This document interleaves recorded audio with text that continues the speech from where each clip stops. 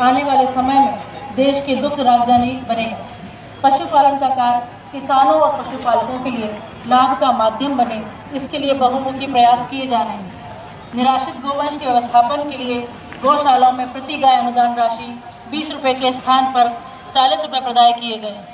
इस वित्त वर्ष में गौशालाओं के लिए बजट प्रावधान 250 से बढ़ाकर 105 करोड़ किया गया। प्रदेश में लगभग 3000 गौशालाएं 5.25 लाख गौ माताओं की देखभाल का दायित्व निभा रही हैं। मत्स्य उत्पादन के बेहतर प्रबंधन से प्रदेश को विशेष श्रेणी में उत्कृष्ट पुरस्कार मिला है। मत्स्य उत्पादन के क्षेत्र में हमारा प्रदेश आत्मनिर्भर की ओर अग्रसर है और निजी भागीदारी भी बढ़ रही है। 1.5 लाख से अधिक मत्स्य पालकों को किसान क्रेडिट कार्ड दिए जा चुके हैं। प्रधानमंत्री मत्स्य संपदा योजना में लगभग 2,500 हेक्टेयर जल क्षेत्र की निजी भूमि में तालाब निर्माण और मत्स्य बीज उत्पादन के कार्य हुए हैं।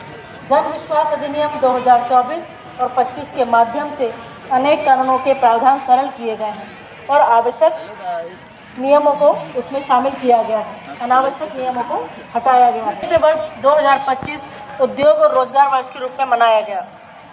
ग्लोबल इन्वेस्टर समिट में आए निवेश प्रस्तावों में से 1/3 अन्य देशों के उद्योगपति भी मध्य प्रदेश में उद्योग स्थापना में रुचि ले रहे हैं।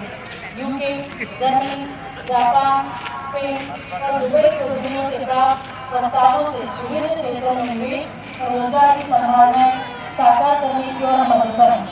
हाल ही में स्विट्जरलैंड में हुई वर्ल्ड इकोनॉमिक फोरम की बैठक में भारत का दल सबसे बड़ा था। मध्य प्रदेश की भागीदारी भी महत्वपूर्ण रही। उद्योग संवर्धन नीति में वर्ष 25-26 में 1,522 करोड़ रुपए से अधिक की सहायता प्रदान की गई है। शासन के सहयोग से उद्यमियों को एक महत्वपूर्ण उपलब्धि। इसके लिए यशस्वी प्रधानमंत्री श्री मोदी जी अपने जन्म दिवस पर 17 सितंबर 2025 को मध्य प्रदेश में पधारे थे। उद्योग और रोजगार को बढ़ावा देने के लिए कई महत्वपूर्ण कदम उठाए गए हैं।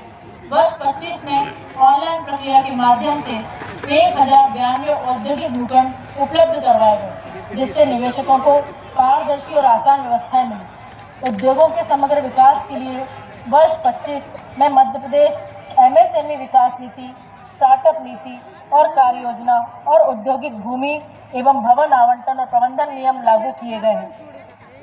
सिंगल विंडो सिस्टम के जरिए अब तक 2000 अधिक की सहायता प्रदान की गई है। वर्षों से लंबित निवेश प्रस्तावों का समाधान संभव हुआ है। मुख्यमंत्री उद्यम क्रांति में हितग्राहियों को लगभग 500 करोड़ से अधिक का ऋण दिया गया, जिससे स्वरोजगार